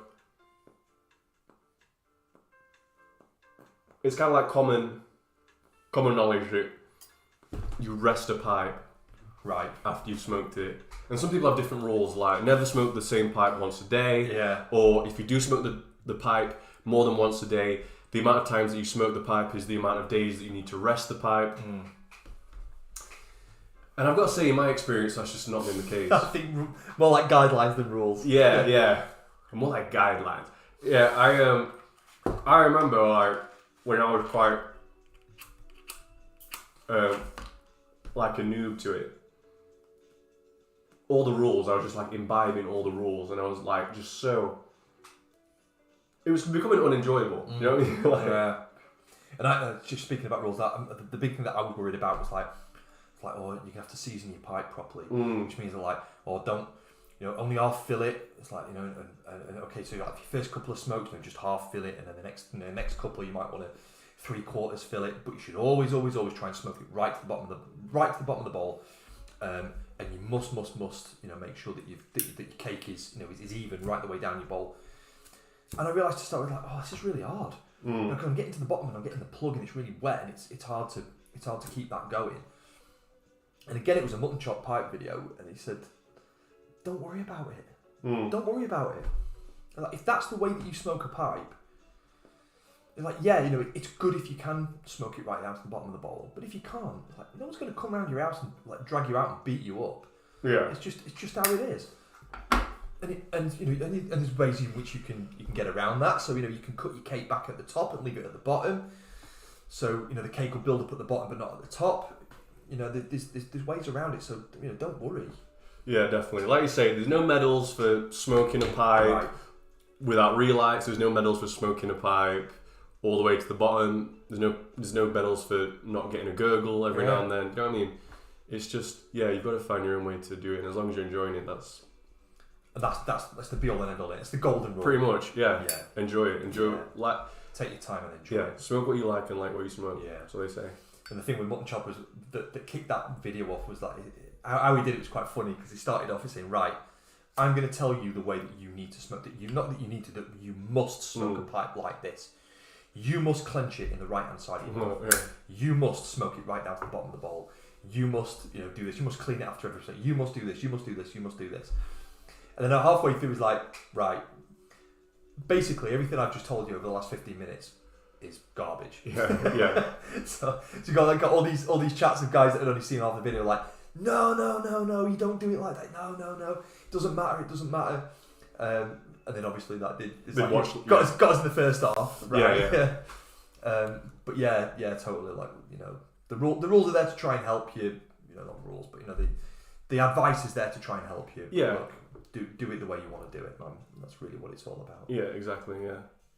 So who have you been watching in the YouTube pipe? Man, at the moment I can't go past Pipe Cottage. Yeah, I was going to say the same thing. Yeah, I've been really enjoying Alan from Pipe Cottage. Yeah. So he recently did a video that I said I would do a response to. I don't know if we're going to get round to that this afternoon, but I think that's maybe one that we do for the next cast. And he was talking about what does pipe smoking mean to you? What does it mean? And his thing was about time. It was about that he was able to detach himself from sort of worldly matters. He was he might want to use that time to read. He might want to use that time to not pray but to kind of reflect. So he would spend time on how have I spoken to somebody? I think this is maybe like the time that when before we got to confession, we might spend a bit of time thinking about how have I actually behaved this week. So he uses that pipe time on his own in solitude to kind of reflect on his behaviour. or he might use it to kind of think about a book that he's read, or a paper that he's written or read, or but it's all about sort of personal reflection time. I thought that was really cool. For me, it's just because of that, the job is just so stressful. It's really busy. I've got loads of stuff to do. It's very regimented. I've got this to do at this time. I've got that to do at that time. I've got so many meetings today. I've got so many reports to get out. Pipe time is just the antithesis of that. Just sit down and smoke, enjoy my bowl, enjoy the drink with it. I can put it down. I can pick it back up. There's no rush. There's no rhyme or reason. I can just enjoy it. That's what it means to me.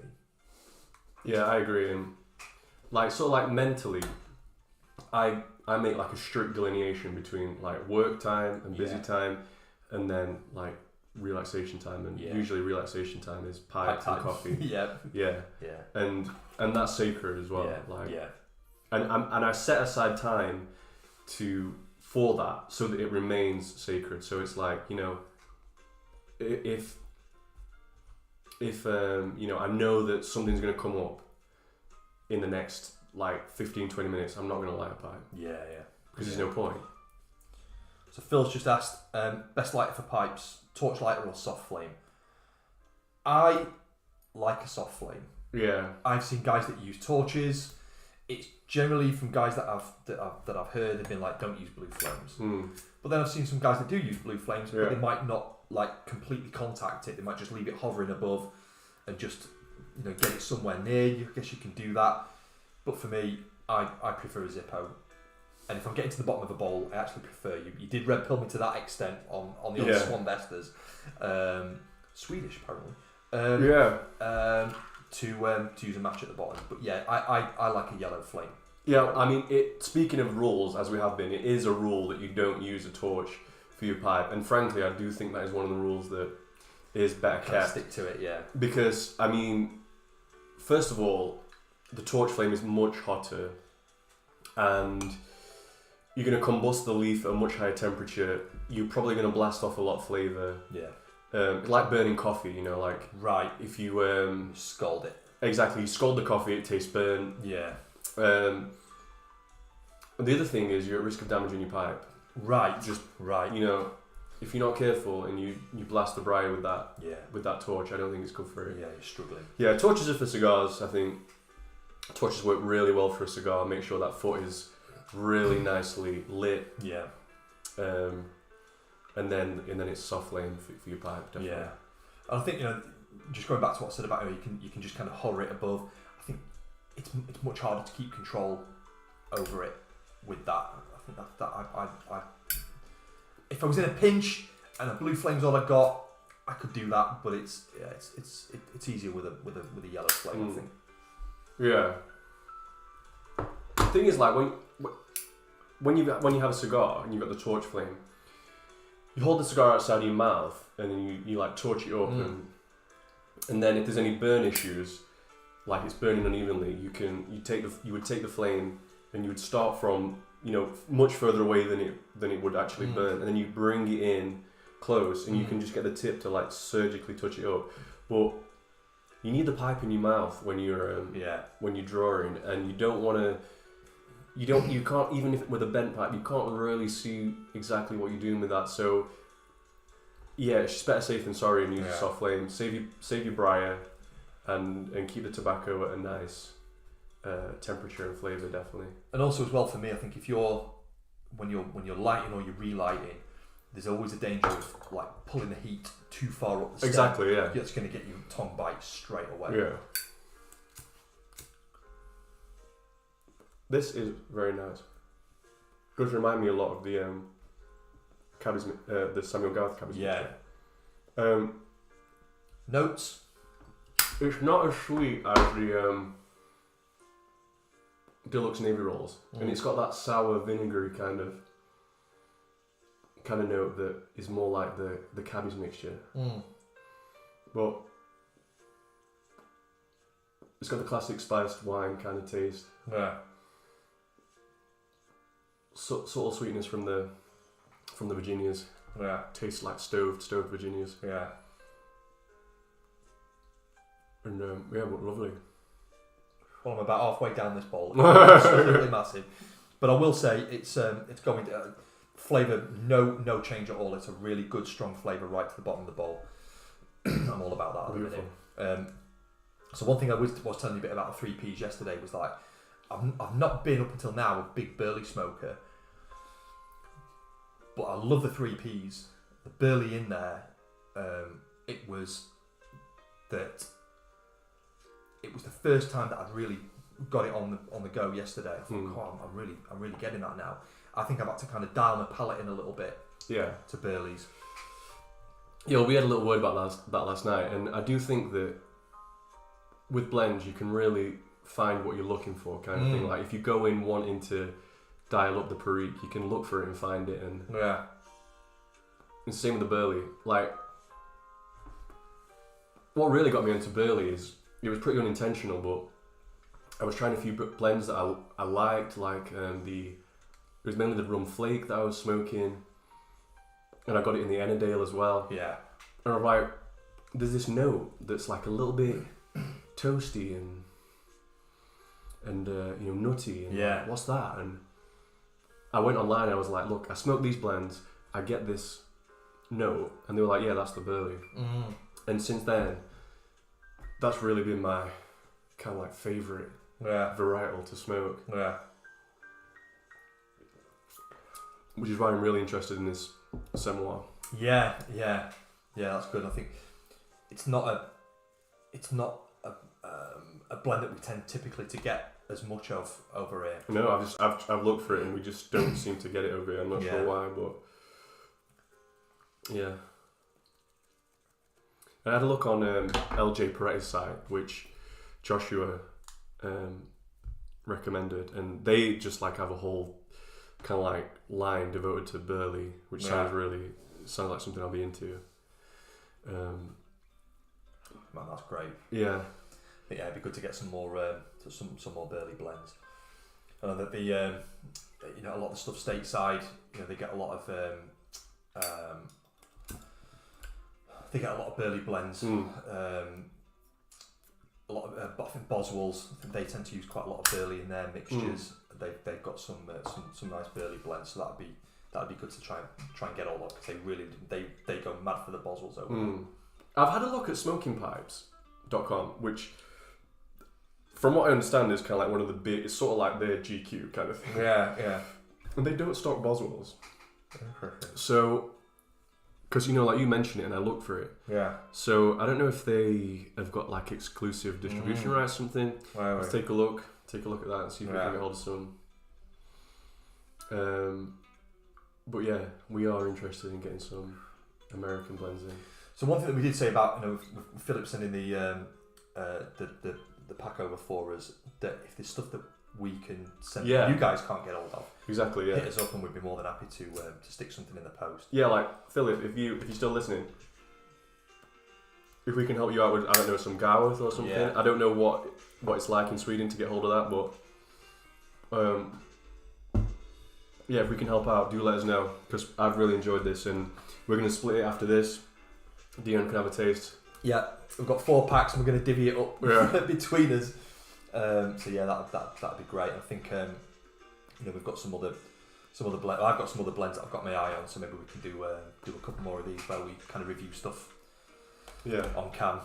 Do you know a pretty unique Swedish form of tobacco consumption is snus? Snus, yeah. It's like, it looks like a tiny little tea bag. That's right. Stick it under your lip, don't you? Yeah, like a tiny little tea bag of tobacco. And if you walk around Sweden, you can see them like on the side of the pavement and stuff. Am I right in thinking that it's illegal to buy it now? Yeah, it is. But it's not illegal to own it. Oh, right. My uncle is an average snus enjoyer. Yeah. He likes General. Yeah. He likes General. I think that's one of the stronger. But I remember, because I had a little exchange with Philip over email, and I was telling him that I've got a bit of a personal connection with Sweden because my uncle lives there. Right. And I used to go over quite a lot. We used to go over in like summer every year. Last time I went was in 2018. Yeah. And yeah, I like at the time I was like, oh, let me try some snus, and Mum wouldn't let me. But yeah, I've never tried any dipping or chewing Yeah. tobacco. Yeah. See a lot of chewing tobacco, on the around sort of the pipe tobacco sellers. A lot of them will do. A lot of them will do sort of chewing tobacco as well. Some of them are like you can do for either. Yeah, the twists are chewing tobaccos as well as. Yeah, Philip's just saying it's snoozy. Yeah. Yeah, my uncle likes the General. It comes in like a black kind of a tin, and they come with there's like a little compartment on top so that you can put your like used snus in there. Smells really herbal. Yeah. And in fact, Philip, I don't know if you're into snuff, not snooze, but I've got this Brunswick Black Rapé, which is, I believe, like a very traditional English kind of snuff, and it's like got a coarse grind and very moist. It's kind of like looks like a cafetiere coffee kind of grind. And as soon as I tried that, I was like, this reminds me of the smell of my uncle's snooze. Yeah. Yeah. But yeah, I'd like to go back to Sweden in the future. I really enjoyed it there. Something I always say is that the Swedish people over there, super, super friendly and welcoming. Yeah, we went in 2018. Went to to Stockholm. We did a Baltic cruise for our honeymoon. We went to Oslo, which is like the quietest capital city I've ever been to. Yeah, that was really cool. Very laid back. Went to Stockholm, which was really nice. We went to Demjanleby in Denmark. In one of the towns. I want to say Fredrikstad, but I'm not sure if it is. But that was great. So it was like it just means the old town. Yeah. That was really cool. It's a bit like Beamish, like the kind of the old, like an old-fashioned sort of town setup, township setup. So that was really cool. Beamish being like, for those who don't know, it's set out like pit cottages. Right. So all the old sort of 19th century and early 20th century mining towns and villages. Like model villages. Yeah, exactly. Which is kind of where we're from. So it was all set out like that. That was really cool. It'd be nice to go back. Yeah. It'd be nice to go back. Philip says, we've got a lot of different pipe tobaccos and snusses, very, very popular in Sweden. My last Christmas, my uncle video called, and I was like smoking the pipe, and he was saying, "Oh yeah, that's you do occasionally see the pipe smoker in Sweden." Yeah. And he had a Swedish word for it, which translated to party smoker. So apparently, like, it's a bit more common over there to like have a pipe and smoke socially, kind of thing. You know what I mean? Yeah. Last time I was in Sweden, I went native a little, and I did the whole sauna thing, Phil. In Varberg, there's like a pier that goes out into the sea, and there's the bathhouse built on the pier, and you go in the sauna, just no towels, it's just like hang out. Yeah. And I got talking to a guy in there, like I said, super friendly guy, started a conversation with me. He addressed me in Swedish. I addressed him back, and then he started speaking to me. I was like, I'm really sorry, dude, that's the limit of my Swedish. Yeah. Of course, spoke perfect English. And we got talking. And then, after you've had your time in the sauna, you can just like go straight into the sea. And the sea's nice and cold.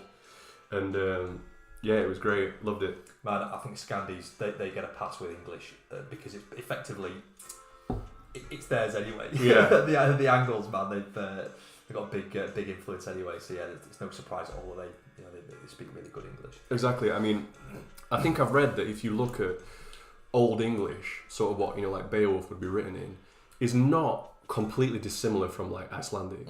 Yeah. We're all from that Germanic tree. Right. Yeah. Yeah, it'd be nice to go back. Maybe next year. I've said it for the last 4 years. Maybe next year we'll get away. But interesting with the snus, just going back to that, I remember one of the horror stories. We only get horror stories about tobacco, don't we? It's just about tobacco. It's terrible. It's going to kill you. So one of the horror stories that we get told about at the moment is like footballers. All right. They said, snus is a major problem, with footballers. Is that right? Yeah, because you can't smoke. They don't want to smoke because it affects the lung capacity. They said. So a lot of them will play with snus pouches in. Is that right? Yeah. And I want to say, so Jamie Vardy, who plays for Leicester, is I'm pretty sure he's a Sheffield lad. He used to play for Stocksbridge Park Steels. It's like Stocksbridge is like a little steel manufacturing place in the middle. It was all steel manufacturing in Sheffield, but it's like a town that's part of the city, but it's its own separate thing. A little bit like Salford and Manchester, to some extent, but not a city. So it's just a little township, and he always like that was the thing. And he's a bit of a lad, a bit of a party boy. I mean, they're all party boys, but like he's definitely a party boy, and he was big on using snus pouches while he was playing. I had no idea about that. Yeah, interesting. Apparently so. So Philip says he was just outside yesterday. Apparently, unreal. It's a lovely city in the summertime, Varberg. Oh yeah. Like you were saying about Oslo, like really laid back and quiet. Yeah. Varberg is sort of like, so my uncle lives in this like little fishing town on the coast, and like the next place, like the next kind of like big, it's not exactly a city, but it's Varberg. And yeah, like you said, like the town centre has just got like a small town kind of feel. Yeah. Like, in a nice way, like a comfy kind of way. Yeah. I found the same with Helsinki. That was exactly the same. Oh, I've never been to it was cool. Yeah. Just very quiet. I couldn't believe how quiet it was. I mean, I was in London yesterday. It's just a madhouse. Yeah. It's an absolute rat race. Yeah. It wasn't like that at all. Like nobody seemed to be in a hurry. I don't know if it was just that everybody drives a Tesla. Like there was just Teslas everywhere, so it was very quiet. So like traffic wise, there was like when we got to the boat, and there was like a bit of construction work near I think it's the Opera House, like a big white building in the harbour in Oslo. I'm pretty sure it was the Opera House, and all you could hear was you couldn't hear any road traffic at all. You couldn't hear anybody like speaking. Everybody was kind of in hushed tones, but like there was this like, noise that you could hear for construction noise, but it must have been like a mile away. I mean, it was unheard of. I mean, everywhere you go around London, it's like construction noise everywhere because they're always building. But this was very different. They got like some botanical gardens in Oslo that we had a bit of a picnic in. It was great. It was really, really good. Very different to what I've been used to, even in other like European cities that I've been around. Yeah. Definitely a different vibe. In Scandinavia. Yeah, definitely. Speaking of opera, have you ever had any experience with opera? Wagner, love a bit of Wagner. Yeah. Big fan. Have you ever been to the opera? No. Been to ballets. Never been to operas. Would love to go. Yeah. Bayreuth in Germany, man. Where that was Wagner's little town. Okay. Yeah. I went once when I was in school, and this opera kind of like workshop was on in the school, and I had no interest in it, but my girlfriend at the time did. She still is, I believe, a singer, and so like I kind of did it, and then we went to see Rigoletto, and do you know what? Like it wasn't bad. Like I enjoyed it more than I thought I would, and I'd kind of be interested to maybe try it again as an adult and just see if I'm into it. Yeah, it's cool. I think music for me more so than stories, but I get it. I especially with the Wagnerian stories, the Ring Cycle. Yeah, just amazing, just really, really good. Some just going back, I can't remember who it was that was on. It was talking about the Europa stuff. Like that was Virgil. There's a lot of that in there, right? Yeah, really good. Really based. Yeah. And obviously I don't want to do stuff that's going to get struck. But yeah, I can for me, for anybody. So I lent you the CD for Das Rheingold, and man, that's a great place to start. I think for me with opera. Yeah, it's good. What ballet did you see? So Swan Lake in St. Petersburg. Oh yeah, that was really cool. Seen a few. Seen sort of Dracula. That was Northern Ballet. What else? Midsummer Night's Dream. Oh really? One more, yeah. I think so. I think it's Midsummer Night's Dream. So yeah, again, different when you've got a proper full orchestra. Very, very different experience. Something kind of gets lost in the translation between recorded music and stereo system. When you can get a really good stereo system, really good, really good speaker array in theatres and stuff, and they're designed to sound good. They're acoustically designed, and they depending on where you sit, you can get some amazing experiences. But there's just something about that live orchestral sound. It's so good. Yeah, that was great. Was it the Mariinsky that we were in St. Petersburg? But yeah, it was a nice couple of days that we had there. Same cruise. Right. Yeah, I've never been to the ballet. Actually, I went in my previous job. I did go to a ballet. It was a pretty small production. It was Pinocchio. Yeah. It was alright. Yeah. But I think I'd like to see something like the Tchaikovsky. Yeah. You know, Swan Lake and right. that. I would be interested in that. Yeah. Speaking of Dracula, have you read Dracula? Yeah. Yeah. Goes to Whitby, lands in Whitby, doesn't he? Right. Yeah. Right. Yeah, and interesting that that's kind of told through like diaries, like these first-hand accounts of stuff. So it reads sort of differently to how we kind of expect a typical sort of novel to read. You know, this guy did this, and then this happened, and you know, he got in a tricky situation over a pound note, and then they all got married, and lived happily ever after. It's kind of it's a different thing. I remember I read it when I was quite young. I would have been still in primary school when I read it, and I was just like I was just super into vampires at the time. I don't know why. Okay. Yeah, I watched Buffy and Angel. I was just super into vampires, and I was reading this novel, and I was like, "Can you say vampire? Can you say vampire?" And it's like you get two-thirds of the way through the book before the word vampire is actually mentioned. I really liked the character of Van Helsing. Van Helsing, yeah. I like Anthony Hopkins. Played by Anthony Hopkins, yeah. Like, yes, and because I head off and drove a stake for a while. Yeah. Doctor! Yeah, that was a good film, but even in that film, they turned Dracula into this like sympathetic, like love. For Winona Ryder. Yeah. There is a little Orthodox wedding ceremony in there, really which cool. doesn't make a lot of sense because it because neither of them like were Orthodox. Yeah, but that's not what Dracula is. Dracula's like a bloodthirsty monster that you take care of. Yeah. Whereas, it was a good film. Yeah, good opening scene. Really, I thought that was really good. The silhouette, Battle of the Ottomans, and like the dragon suit with like this sinewy armor, and like looks this bestial. Yeah, this like the dragon helm. Yeah, I thought that was really. So what Dracul means, right? The dragon. The dragon. Yeah. Dracula is like of the dragon. Son of the dragon. Yeah. It's like a patronymic. Yeah, I believe it was like his father was either founded or was in this knightly order of the dragon. Yeah. But yeah.